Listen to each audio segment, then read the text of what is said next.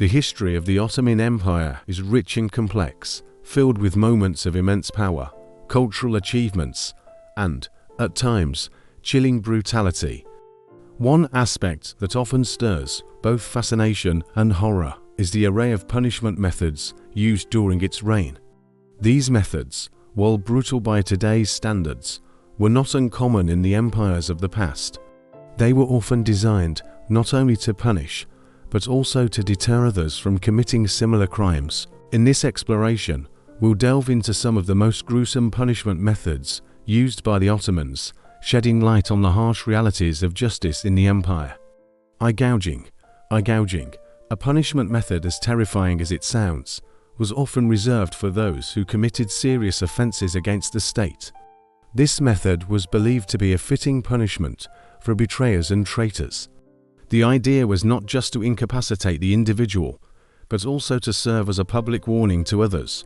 According to Evliya Çelebi, an Ottoman traveler and writer, eye gouging was sometimes carried out in public squares, where the condemned would be restrained, and their eyes removed using sharp instruments.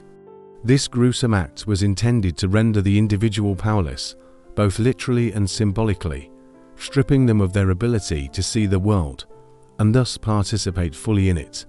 The loss of sight was also seen as a fate worse than death for many, further amplifying the severity of this punishment. Beheadings.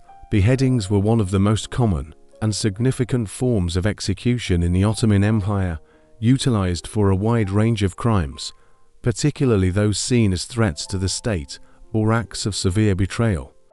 Beheadings were typically carried out with a swift stroke of a sword or axe, emphasizing the empire's efficiency in delivering justice. The process of beheading was often a public spectacle, drawing crowds who would gather to witness the execution of those condemned. This served multiple purposes. It was a stark warning to others, a reminder of the consequences of defying the law, and the reinforcement of the Sultan's absolute power. One of the most historically significant beheadings in the Ottoman Empire was that of the rebel leader Sheikh Bedreddin in 1420. Sheikh Bedreddin was a former Ottoman judge and mystic who led a rebellion against Sultan Mehmed I. His movement, which called for social and economic reforms, gained a significant following, particularly among peasants and disaffected segments of society. The rebellion, however, was perceived as a direct threat to the stability and authority of the Ottoman state. After his forces were defeated, Sheikh Bedreddin was captured and brought before the Sultan. Despite his status as a religious scholar and former judge, the severity of his actions left the authorities with no choice but to sentence him to death.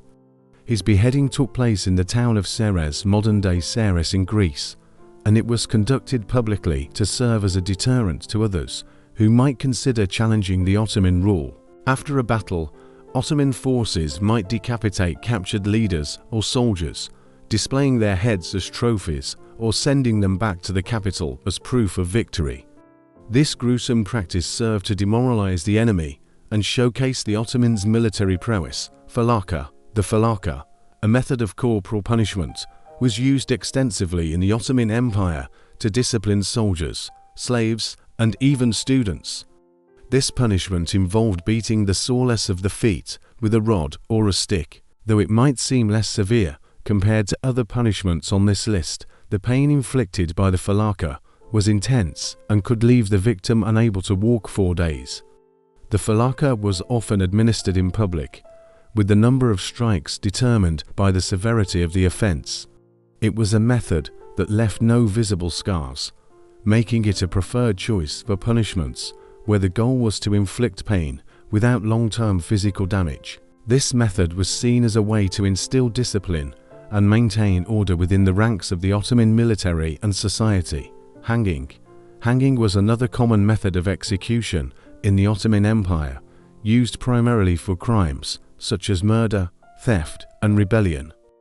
Hangings were typically conducted in public spaces, where the condemned would be left to hang as a stark reminder of the consequences of criminal behavior. In some cases, the Ottomans employed variations of hanging, such as the use of hooks or poles, which added to the gruesomeness of the punishment. This method was intended to serve both as retribution for the crime and as a deterrent to others who might consider similar actions.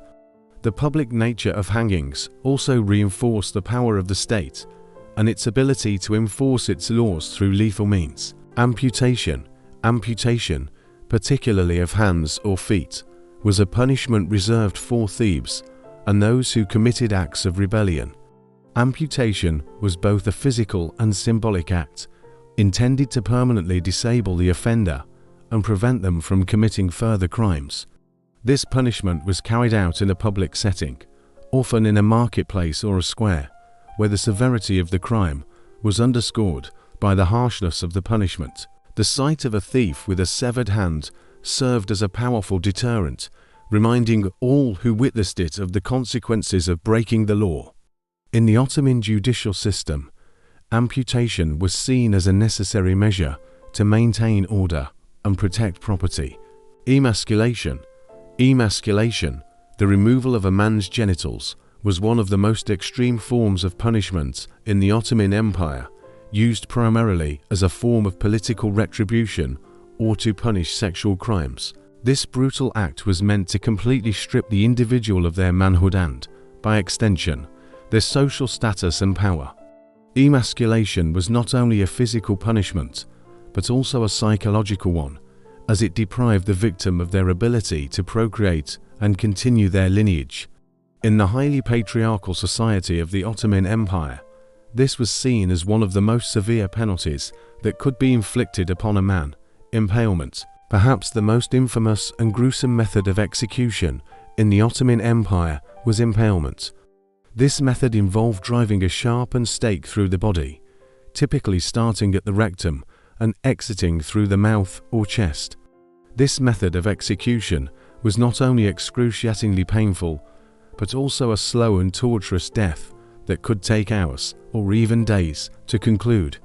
Impalement was often reserved for those who had committed the most heinous crimes. The most infamous figure associated with this method of punishment is Vlad the Impaler, though he was an enemy of the Ottomans rather than a subject. However, the Ottomans themselves were not strangers to this method, using it as a tool of terror to suppress resistance and maintain control over their vast territories. The punishment methods used in the Ottoman Empire were as varied as they were brutal. Each method served not only to punish the individual, but also to send a powerful message to the society at large. These punishments were a reflection of the harsh realities of justice in a time when maintaining order often required extreme measures. As we reflect on these methods, we are reminded of the complexities of power, justice, and control in one of history's most formidable empires. For more insights into the fascinating and often chilling aspects of history, make sure to like, subscribe, and ring the notification bell. This will ensure you never miss an opportunity to delve deeper into the past with us.